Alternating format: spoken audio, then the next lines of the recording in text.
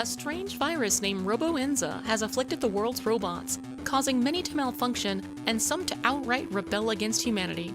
Dr. Wily is immediately suspected until he suddenly shows up at Light Labs begging for help. He was trying to create a machine to manufacture a cure, but a gang of robots broke it and stole the pieces. With Dr. Light unable to mass-produce a cure himself, Mega Man decides to trust Wily and recover the pieces to his machine. As the last new classic Mega Man game released in 8 years, it's only natural to wonder if Mega Man 10 somehow soured people on the series. I've heard over the years that it was a little too hard, but I personally found 10 a little easier overall than 9.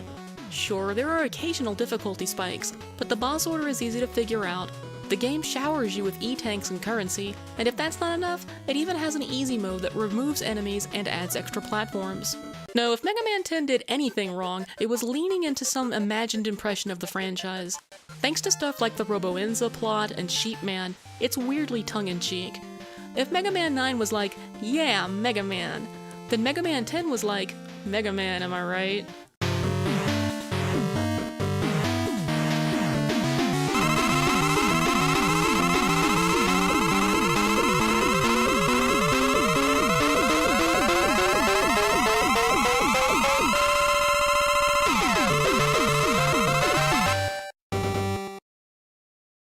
The game comes off like a fan work from someone who loves Mega Man, but maybe doesn't fully get it.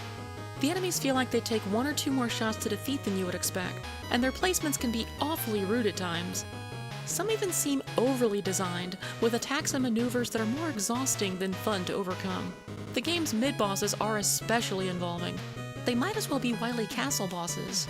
Mega Man 10's weapons are also overly ambitious. They look cool enough when Robot Masters use them, but in Mega Man's hands, they're either all slow to fire or hard to aim.